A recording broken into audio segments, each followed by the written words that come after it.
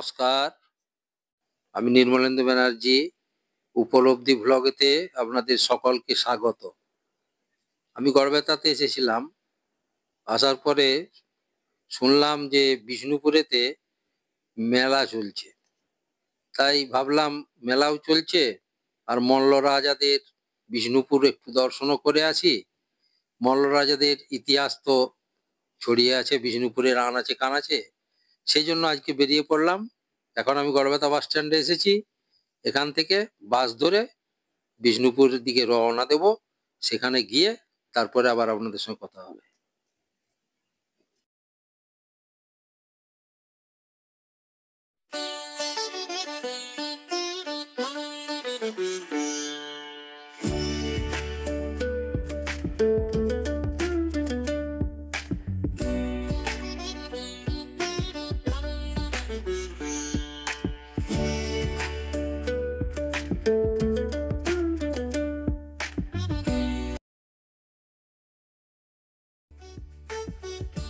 আমি বিষ্ণুপুরে এসে নেমে গেছি বাস স্ট্যান্ডে।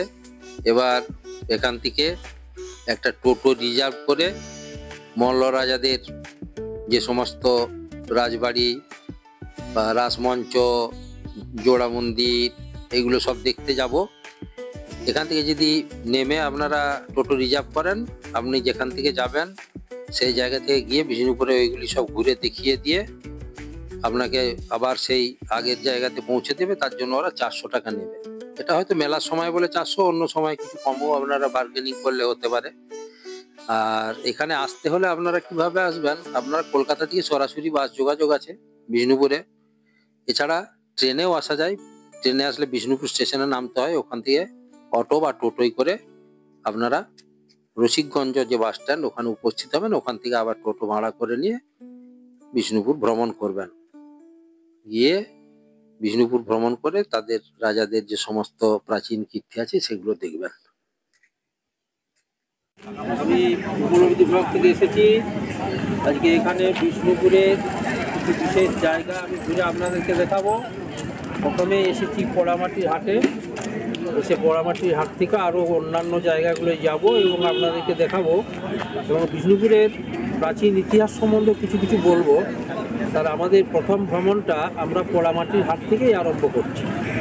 এই দেখুন, বোর্ডেতে লেখা আছে পোড়ামাটির হাট, কথাটা লেখা আছে। আর ওই দিক দিয়েও লেখা আছে পোড়ামাটির হাট।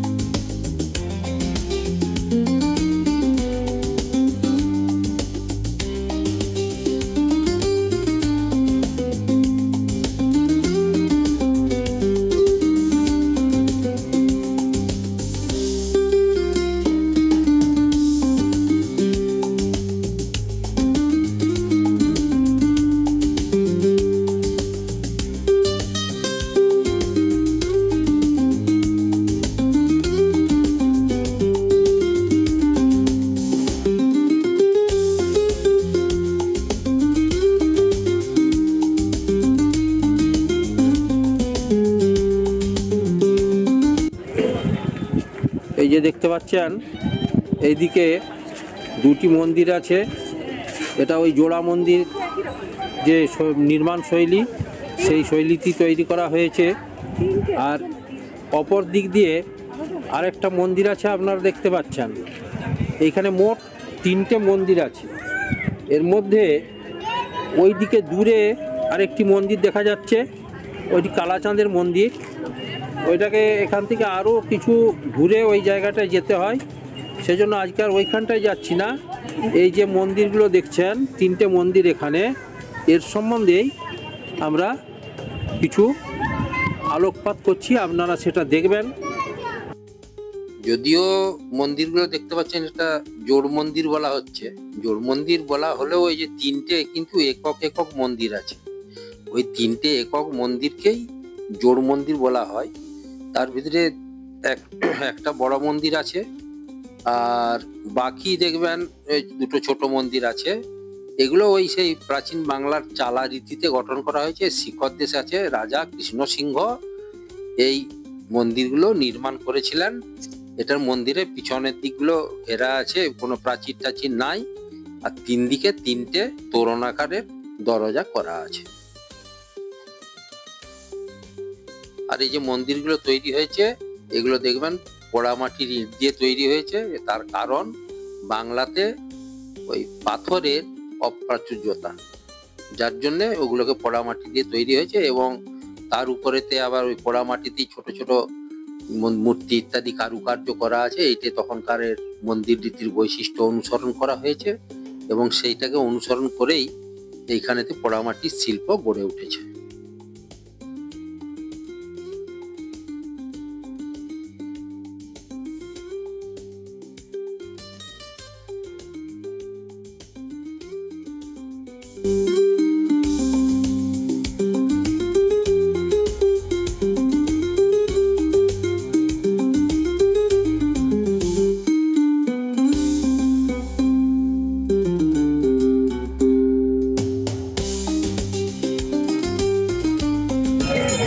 এই যে দেখতে পাচ্ছেন এখানে ছিন্নমস্তা মায়ের মন্দির।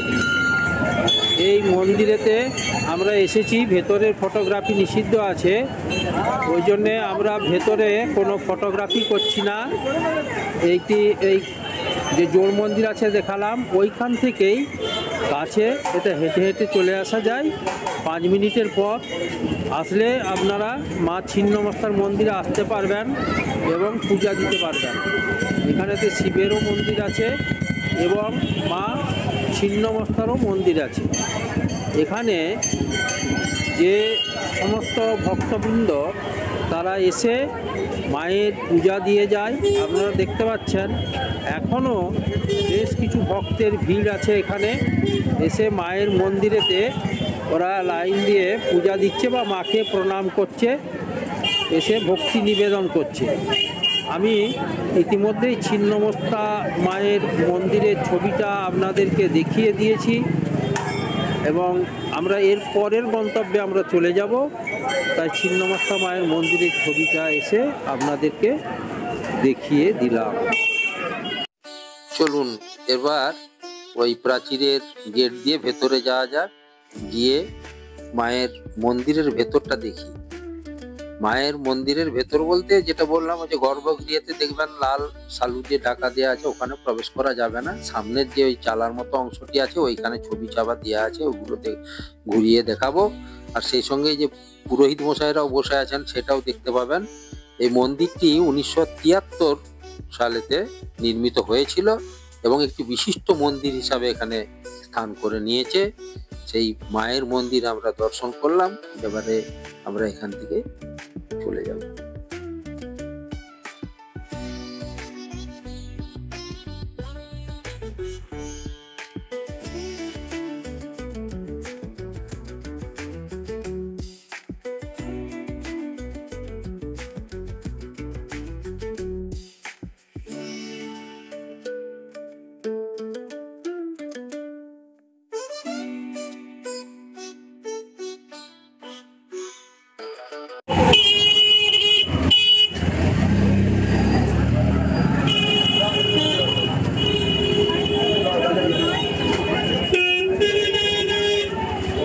বিষ্ণুপুরের মন্দির পোড়ামাটি শিল্পের জন্য বিখ্যাত।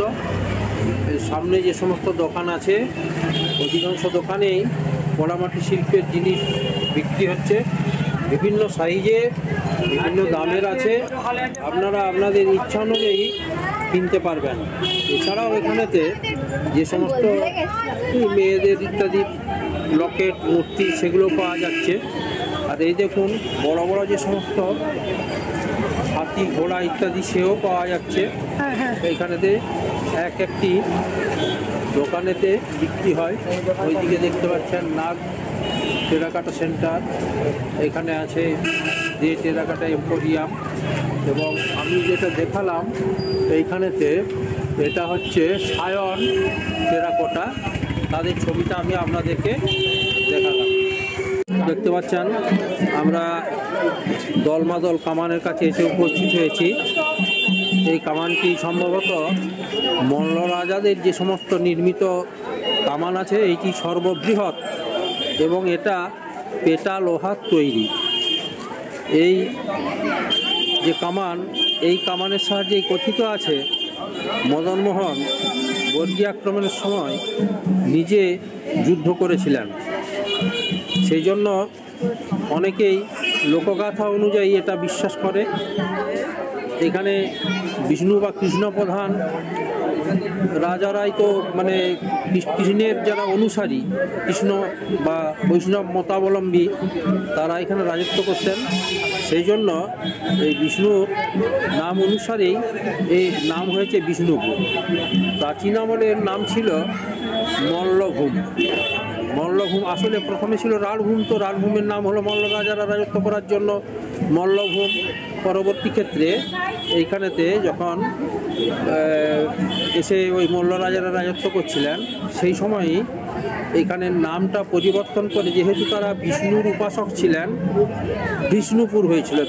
বিষ্ণুপুর ভি দিয়ে, তারপরে সেটা পরিবর্তিত হয়ে বিষ্ণুর নামে বিষ্ণুপুর হয়েছে। এই যে বিষ্ণুপুর কিন্তু বালুচরির জন্য বিখ্যাত।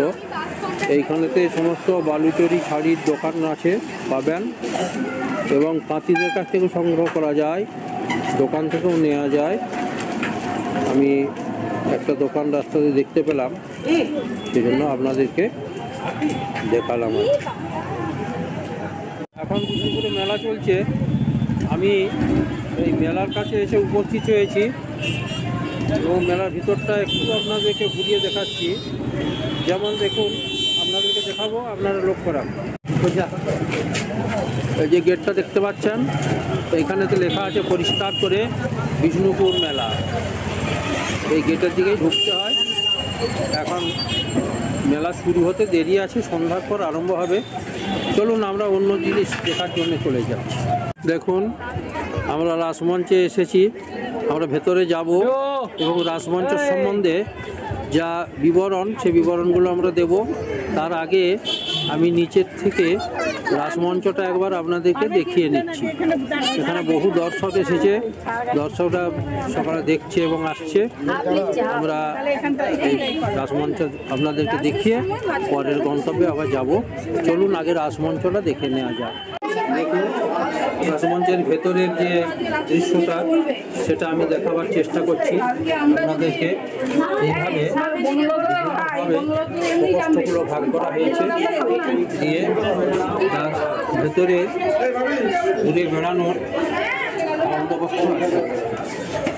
দেখতে পাচ্ছেন, দেখাচ্ছি, আপনারা দেখতে পাচ্ছেন এখানে আসছে। এইভাবে প্রকোষ্ঠগুলোকে ভাগ করা হয়েছে। তারপর ভেতরের দিকে গেলে আপনারা সেগুলো প্রবেশ করতে পারবেন। এবং ভেতরে কয়েকটি এই মন্দিরের মতো সিস্টেমটা করা রয়েছে। আপনারা দেখুন, এই যে অন্ধকার, ভেতরে আলো দেয়া নেই। এদিক দিয়ে এইভাবে যাচ্ছি আমি। একদিক থেকে আরেক দিকে আপনাদের বেরোনার রাস্তা আছে। এছাড়া ভেতরে যে গভীর অন্ধকারের ভেতরে যেগুলো, সেগুলোতে আপনারা গেলে দেখতে পাবেন কিছু তেমন কিছু নেই। এরপরেও এদিক থেকে ওই দিক যাওয়ার ব্যবস্থা আছে। আর এই যে দেখুন, ভেতর দিকে এই যে যাওয়া যাচ্ছে যে অংশগুলো, সেগুলো দেখা যাচ্ছে। অন্ধকারের ভেতরগুলো কিন্তু কিছু দেখা যাচ্ছে না।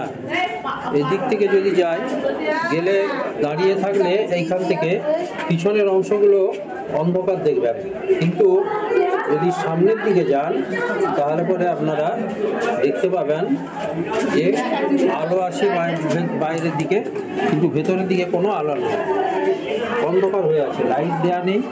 লাইট দেওয়া থাকলে লাইটের সিস্টেম থাকলে তাহলে আপনারা সবটাই দেখতে পেতেন এবং আমিও দেখাতে পারতাম।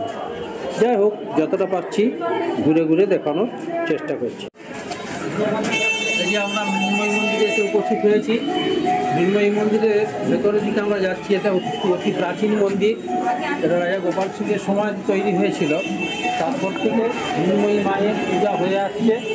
আপনাদেরকে আমি দেখিয়ে দিচ্ছি, দেখুন মৃন্ময়ী মায়ের মন্দির।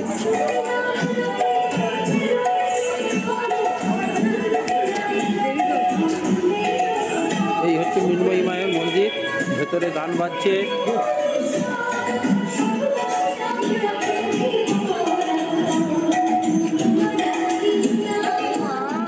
এই যে দেখতে পাচ্ছেন, এটি হচ্ছে মৃন্ময়ী মায়ের মন্দির। এই মন্দিরের ঘর তোলা হয় এর দিক দিয়েই। অপর প্রান্তে আপনারা লক্ষ্য করলে দেখবেন একটি বাঁধানো সিঁড়ি আছে। সেই সিঁড়ির থেকে নেমে এইখান থেকে ঘর উত্তোলন করা হয়, করে মৃন্ময়ী মায়ের মন্দিরেতে নিয়ে আসা হয় এবং এই পুকুরের পাড়েতেই কামান দাগা হয়। সেই জন্য এই মৃন্ময়ী মায়ের পিছনের পাশের যে পুকুর, সেই পুকুরটা আপনাদেরকে আমি দেখিয়ে দিলাম। এই দেখুন, এখানে এই যে মল্ল রাজাদের রাজবাড়ির ভাঙা ভগ্নাবশেষ মৃন্ময়ী মায়ের মন্দিরের পিছনেতেই আছে। মায়ের মন্দিরের পিছনেই রাজাদের যে রাজপ্রাসাদ ছিল মল্ল রাজাদের, তার ভগ্নাবশেষ এখানে আছে, এখনও অবশিষ্ট। এখানেতেই সমস্ত হাম্বির মল্ল, জগৎ মল্ল প্রত্যেকেই তখন এই রাজবাড়িতেই থেকে তাদের রাজত্ব চালিয়েছেন। সেই রাজবাড়ির ভগ্নাবশেষ এখনও আছে। এগুলো রাজবাড়ির অংশের মধ্যে এই যে দেখতে পাচ্ছেন কিছুটা অংশ এখনও আছে এবং পুকুরটা আছে পাশে।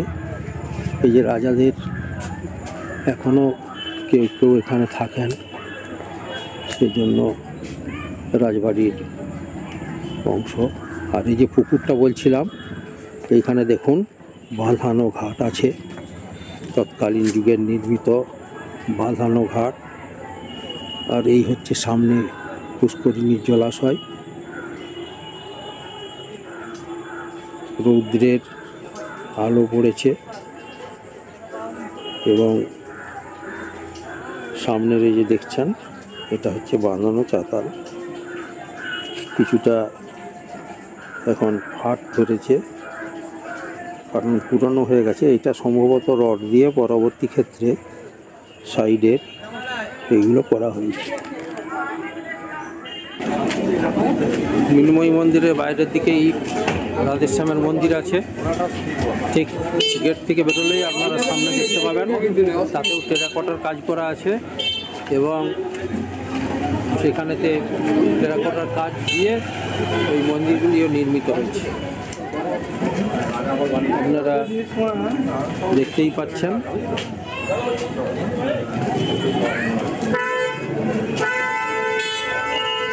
এই যে মন্দির, এই মন্দিরেতে ঢোকার সময় ডান ধারেতে একটি মঞ্চ আছে, বাঁ ধারেতে একটি মঞ্চ আছে এবং তারপরে গেটটি বেরোনোর পরে এদিকে একটি ঘর আছে, এদিকে একটি ঘর আছে। সম্ভবত সেই সময় এখানে দারোয়ানরা থাকতো এবং হচ্ছে রাধেশ্যামের মন্দির।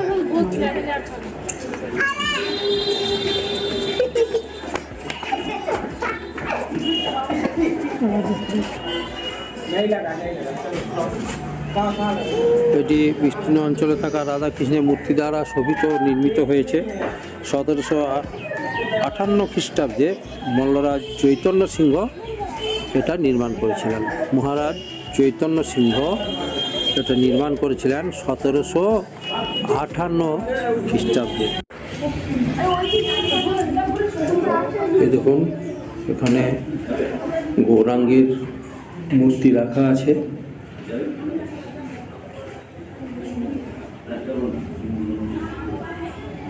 গৌরাঙ্গ মহাপ্রভু নাকি কোনো এক সময় যাওয়ার পথে এখানে এসে আতিথ্য গ্রহণ করেছিলেন।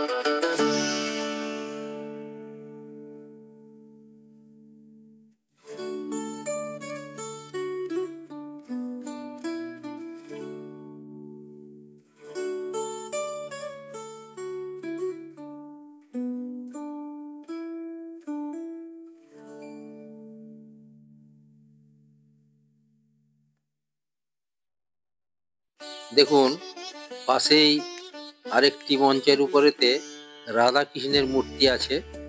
সেগুলিতে নিয়মিত পূজা অর্চনা করা হয়। চৈতন্যদেবের মূর্তিতেও পূজা অর্চনা করা হয়।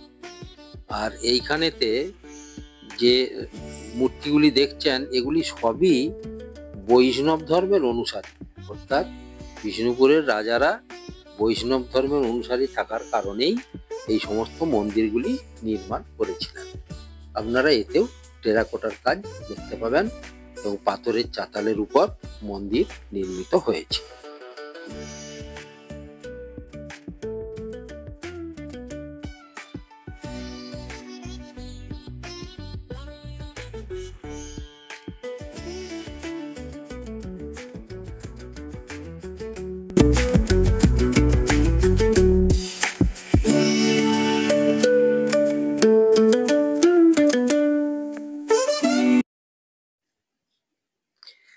এই যে দেখছেন এই মন্দিরটি, এটিকেই জোড়বাংলা মন্দির বলা হয়েছে।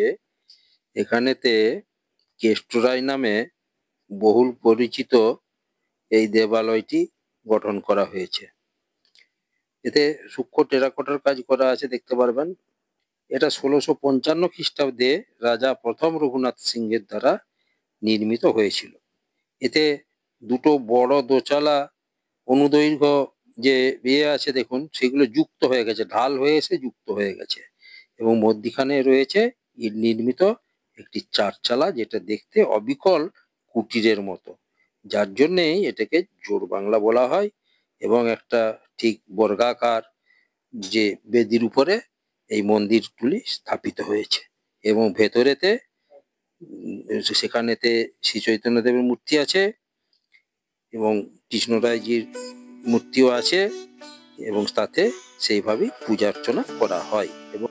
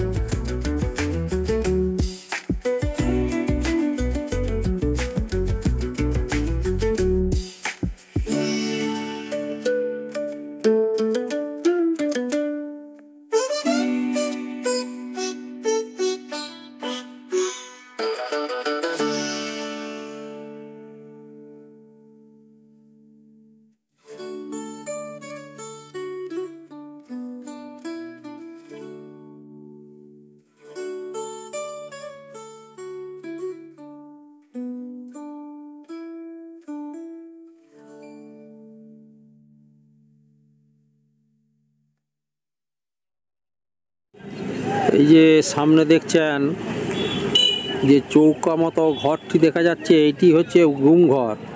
মল্ল রাজার সময়েতে যারা দোষ করত বা খাজনা ইত্যাদি যারা দিতে না পারত, তাদেরকে এখানেতে পাইক বরকন্তায় দিয়ে ধরে এনে অস্থায়ী সিঁড়ির সাহায্যের ওপরে তুলে ওইখান থেকে তাকে নিচে ফেলে দেওয়া হতো এবং সেখানে ছোরা ছুরি ধারালো অস্ত্র দিয়ে এমন সেট করা ছিল তাতে তারা ক্ষতবিক্ষত হয়ে যেত এবং ওইখানেতেই তাদেরকে মৃত্যুবরণ করতে হতো। যদি কেউ বেঁচেও বা থাকতো, জল খাদ্য ইত্যাদির অভাবে ধুকে ধুকে তাদেরকে ওইখানেতেই প্রাণত্যাগ করতে হতো। সেই কুখ্যাত গুমঘর বিষ্ণুপুর রাজাদের অর্থাৎ মল্ল রাজাদের এইখানেতে অবস্থিত। আপনাদেরকে আমি গুমঘরটাকে নিচের থেকে দেখাবার চেষ্টা করছি। এরপরেতে আমরা এখানে শ্যামরায়ের মন্দির দর্শন করার জন্য এসেছি। এখানেও দুপাশেতে বিভিন্ন মাটির জিনিসপত্র বিক্রির দোকান আছে, ঠাকুরের মূর্তি বিভিন্ন দুদিক দিয়ে বসেছে, আপনারা দেখতে পাবেন। এখানেতে টেরাকোটা শিল্পের জিনিসপত্র সমস্ত বিক্রি হচ্ছে, আপনারা আসলে দেখতে পারবেন। আর এইখান থেকে দূর থেকে এই যে দেখা যাচ্ছে, দেখতে পাচ্ছেন শ্যামরায়ের মন্দির।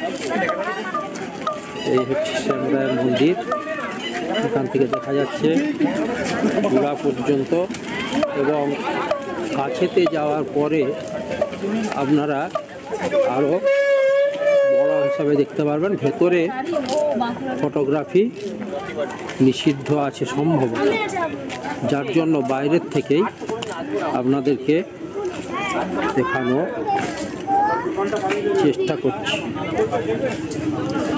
ভেতরে যাওয়া নিষেধ আছে। তো আপনারা দেখুন, এই হচ্ছে শ্যামরায়ের মন্দির, এক প্রাচীন মন্দির, বিষ্ণুপুর রাজাদের সময় নির্মিত। তারা বিষ্ণু ভক্ত ছিলেন, সেই জন্য অনেকগুলি রাধা কৃষ্ণের মন্দির স্থাপন করেছিলেন এবং শ্যামরায়ের মন্দির তার মধ্যে অন্যতম। এই যে দেখছেন নৌকা এখান থেকে ছেড়ে যাচ্ছে, নৌকায় চেপে নৌকা বিহার করা যায়। এবং এছাড়াই যে বড় যে বিস্তীর্ণ জলরাশি দেখছেন, এটাই হচ্ছে লাল বাঁধ।